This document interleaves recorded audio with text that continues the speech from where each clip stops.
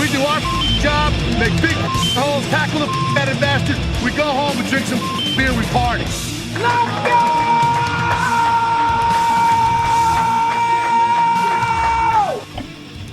Hey, let's go everyone. Welcome to Seth's Smorgasbord of Sports, coming to you from the Fan Zone, 51 West Studios.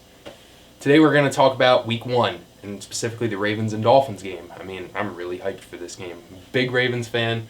It's the first game of the season, and it's going to be awesome, man. We play on the road, which is, kind of some bullcrap, because the Ravens were a playoff team last year, and I feel like they should be able to open their season at home, Week 1, but whatever. The NFL is always disrespecting the Ravens, so I don't really expect anything else, honestly. But Southwest Airlines, BWI Airport's right by Baltimore. We have pretty good flight deals to get down to Miami. So the Ravens fans usually show up in good numbers at when we play at Miami anyway. So it shouldn't be too hard on us. I mean, it'll be really hot. It's the first game of the season. But the Dolphins made some stadium upgrades before last season. They kind of have like half of a roof on there now. So it shouldn't be too bad. I mean, the Ravens should be good and ready to go. It's Week 1 of the season. They should be pumped. They should be ready to play. It's Lamar Jackson's first Week 1 as a starter, which has me really excited. He kind of got thrown into the fire a little bit in the middle of last season, and he went 6-1 as a starter, which is very impressive to me. I mean, if he had a full off season of preparation, worked on his throwing, worked on controlling the ball a little bit, and maybe lose some less fumbles this year, the sky's the limit for this Ravens offense, and Week 1's going to be a beautiful opportunity to showcase it. I mean, Greg Roman's our offensive coordinator now. The run game should be amazing with Mark Ingram, Gus the Bus. I mean, Lamar Jackson running some play fakes, play action. It's going to be awesome just to see what Lamar can do as a passer as well as a runner. The run game's there. I mean, the offensive line should be solid. I feel like our tight ends are good blockers. Patrick Ricard, I mean, he's an amazing fullback. He rushes quarterbacks too. He's an awesome two-way player. You don't really see that in the NFL. So, I think that the Ravens are going to have a tremendous run game, especially with Lamar ushering the offense, but their passing game is what really is the big question mark, because a lot of people don't expect them to pass at all this season. But they have Hollywood Brown. They drafted Miles Boykin in the 3rd round, too. Plus, they have Willie Snead. They got some veterans on the team, so plus all those tight ends that they have, it's gonna be something. If Lamar can get the passing game rolling, man, the Ravens offense should put on a show against one of the weaker teams in the NFL and the Dolphins. I mean, the Dolphins made some changes this year. They have a new head coach. They brought in Brian Flores from New England. It had a lot to do with their defense being the way it was last season. So I feel like we'll have the players on another level, more fired up, more wanting to compete. I think he'll bring a different culture to the team. I think the guy's a good coach. It's just about getting his personnel in there and really just having a year to install his system. So I don't expect too much success year 1 from Brian Flores and the Dolphins.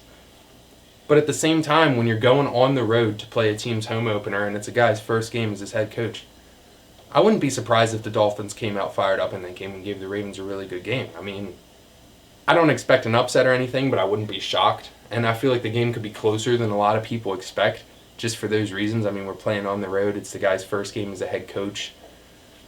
The Dolphins have something they want to prove. They feel like they're not the worst team in the NFL, that they have some pieces, and they got a quarterback controversy going on. They want to make the right choice to win football games now. But they don't even know who their starting quarterback's going to be yet in Week 1. And Ryan Fitzmagic, he's pretty fun to watch. I mean, for the first 2.5, 3 games of the season.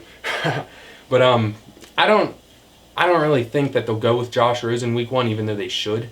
Because Josh Rosen's a young quarterback that played in Arizona for 1 year, didn't get much of a chance, had a first-year head coach there himself, and had a horrible offensive line in front of him. So I don't really like Josh Rosen as a quarterback, but I don't feel like he got a fair shake in the NFL.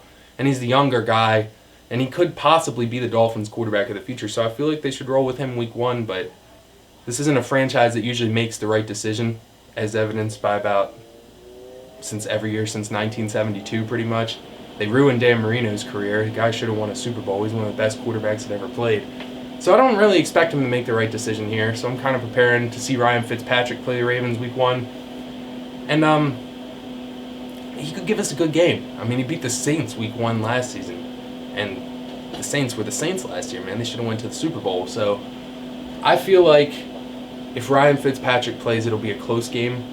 But the Ravens defense their pass rush is underrated, man. They lost some pieces, yeah, but there's some young guys on that team that are hungry, wanting to make their mark on the Ravens defense. Wink Martindale is a tremendous defensive coordinator. He has the linebackers playing hyped. You get Patrick Onwuasor had an amazing breakout season last year that went largely unnoticed because of the whole C.J. Mosley contract situation. And then C.J. Mosley ended up walking in free agency, so everyone freaked out over that. But what a lot of people didn't come to realize is that Peanut had a breakout year last year, and also Kenny Young, who was a rookie last year, had a pretty nice rookie season. So I feel like those guys will fill in at middle linebacker really well. The Ravens secondary, in my opinion, is the best in the NFL. And yeah, they haven't played a game together yet. But I think those guys all together, when they come together and gel as a unit, is going to be like Legion of Boom type levels, man. I think it's going to be really good. They got Earl Thomas from the Legion of Boom. You know, they got Marlon Humphrey, Brandon Carr, Jimmy Smith, Tony Jefferson, who's one of my favorite players on the Ravens, a hard-hitting safety, so Rocky fell over. But I feel like the Ravens defense is going to be top-notch this year, and I feel like when you play a team like the Dolphins, who are one of the lower-level teams in the NFL, a great defense will get the job done. So I feel like the Ravens will go into Miami, probably hang in the game a little bit with the Dolphins, and then pull away in the second half, probably get something like 27-14, 30-14 win, somewhere in that area. I mean, the Dolphins will score a few points. They got Kenyon Drake. Ryan Fitzpatrick plays. He'll get a touchdown, throw a touchdown pass. He's a pretty good quarterback. But all in all, I feel like the Ravens defense will be enough to shut down Miami week 1. Our run game should have really no problem against their defense. And if Lamar Jackson can pass, the score could get a lot more of a blowout. You know what I'm saying? Like, it could probably get up to like the 38-point range against Miami, maybe even put a 40-burger on them. And I'm not predicting that because I think it'll take a while for it to fully come together as an offensive unit.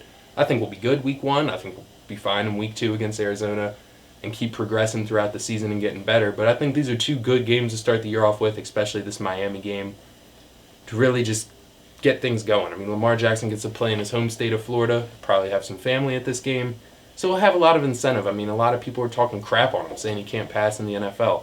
So I feel like he'll have a lot of motivation coming into this game with the Dolphins, and he'll want to get in there. He'll want to attack the defense. He'll want to make big plays, and I think it'll be the start of an amazing season for Lamar Jackson. And, you know, when we're talking about football, I'm excited for week 1 because this is our first tailgate of the season.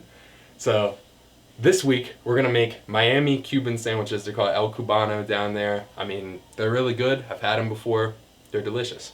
So I'm going to pull up this recipe here, and we're going to talk about it. They're pretty easy to make. It says the prep time is only 5 minutes. The cook time's 5 minutes. So, you know, it only takes 10 minutes to make. It's pretty easy. Now, you do have to prepare the meat a little bit. You need like some Cuban pork.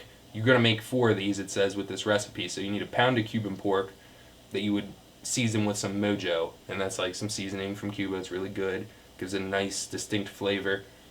You get a loaf of hoagie roll or, you know, any kind of big sub roll that you'd like. This has a lot of butter in it, so you need 3 tablespoons of butter to make 4 sandwiches. You need a pound of ham, a half a pound of baby Swiss cheese, and you need some dill pickle slices. So just get a jar of dill pickles. You start it out, you just put them in this order when you make the sandwich. You start with pickles, the roasted pork, and then you put the ham and then the Swiss cheese. And it says just to prepare time, you spread a little butter on a hot griddle, fry pan, something like that, and you put the sandwich on there with the pickles and everything.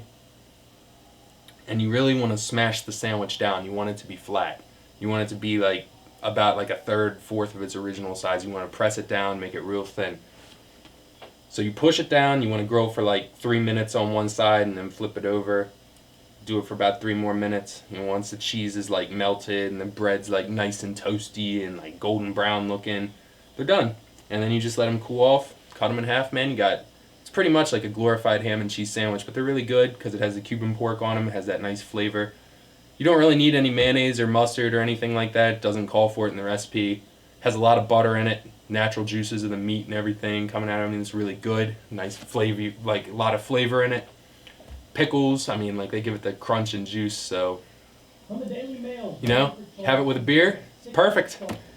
they're amazing to start the football season with. So going down to Miami, well, not going, but being in Miami week 1, the Ravens, it's a great way to start the season as a Ravens fan, to make some Cuban sandwiches and celebrate a Baltimore Ravens win.